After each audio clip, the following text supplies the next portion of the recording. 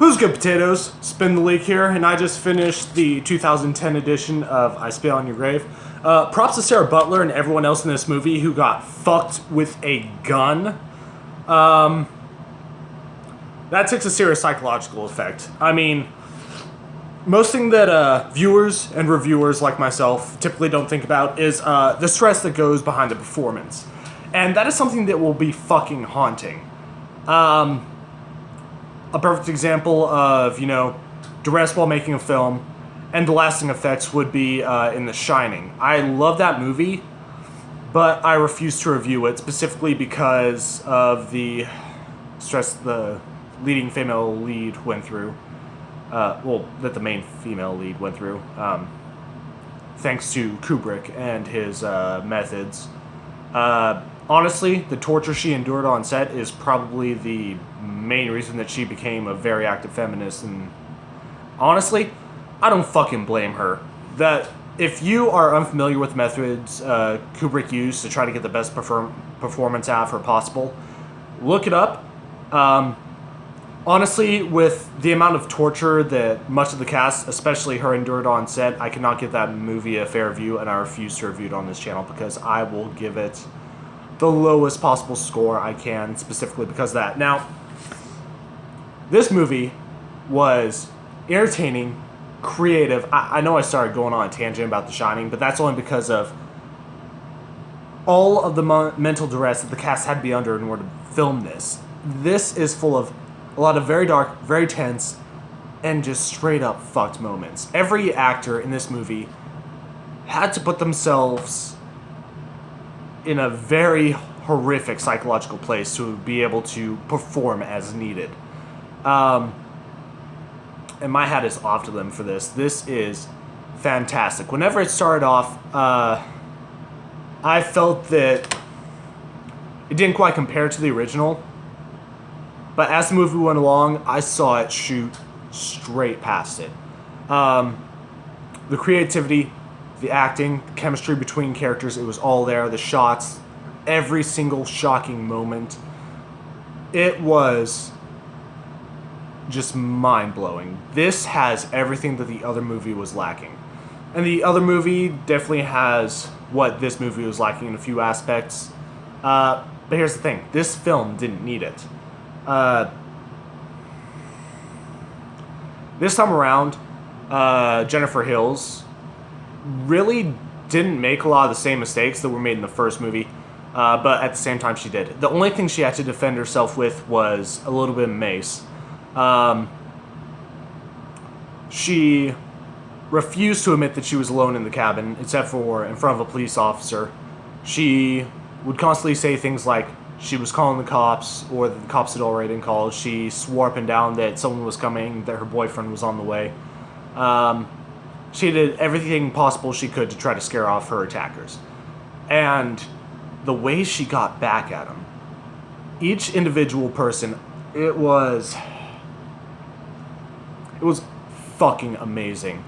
It is rare that you see something this innovative in any sort of slasher film, and that's kind of what this is. It's a slasher / revenge film. Everything from using wildlife to basic knowledge of chemicals to just straight up brutality. This was fan-fucking-tastic. I think I might have to add this to my top 10 of all time.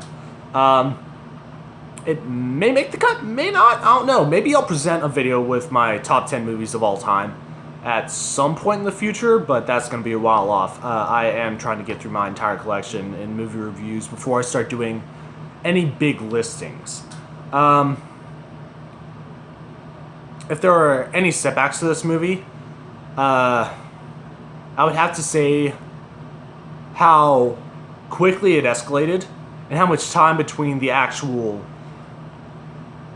major conflict in the movie and the main actions taking place thereafter, basically between the rape and the revenge. There was a long period between that where you just saw kind of the group falling apart, and before that it picked up in a matter of days. So you had a very short time frame up until the rape, and after that, you don't know how much time passed exactly. But you could tell that Miss Jennifer Hills was hiding in the woods for a decent amount of time. It was slow only in those 2 points, and the secondary slow point wasn't really necessary. But the way that they kind of brought it back and started going into her using their own methods against them was just fucking entertaining to watch. Everyone got theirs. That's all I can fucking say. She hit them where it hurt, and she hit them fucking hard. This is definitely going to get...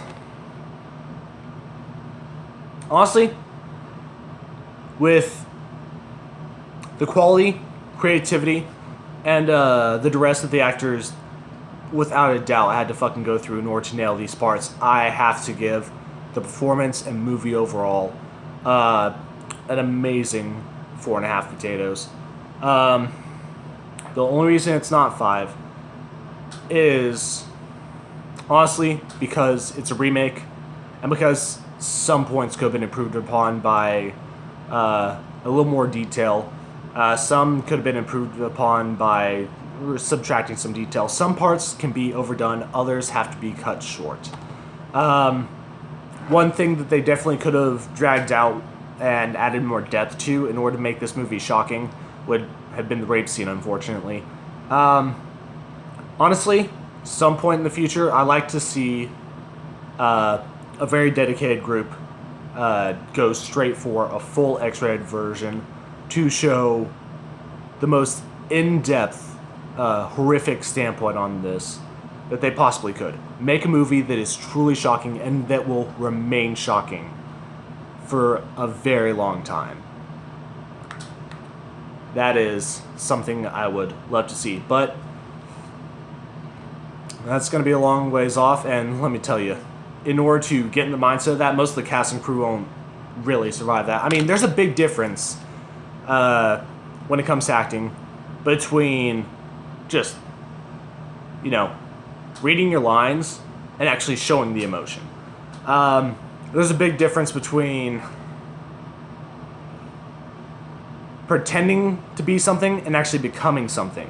The age-old art of cinema has actually evolved to the point where people will sell off all their belongings just to get into a specific role and live in isolation. It will take them years to accommodate to their old lifestyle. It is something that requires a lot of dedication, a lot of skill, and a lot of practice. This is something that most ordinary people can't do. And honestly, for someone to take on a difficult role or something that is going to be just a straight up mind fuck, it's amazing to see the product, of their hard labor. But yeah, have you seen this movie? Are you planning on watching it? Go ahead and post all that in the comments down below. Like, comment, subscribe, keep on keeping on. I kind of want to do something crazy for this, but I can't even figure out what the hell I would fucking do. Like, I'm still kind of mind-fucked from this, in all honesty.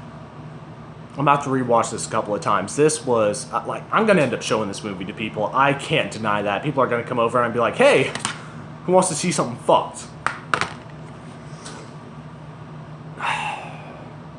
Like, comment, subscribe, keep on keeping on. And I definitely do recommend this if you're looking for a fucking fantastic experience. I'll see you guys around.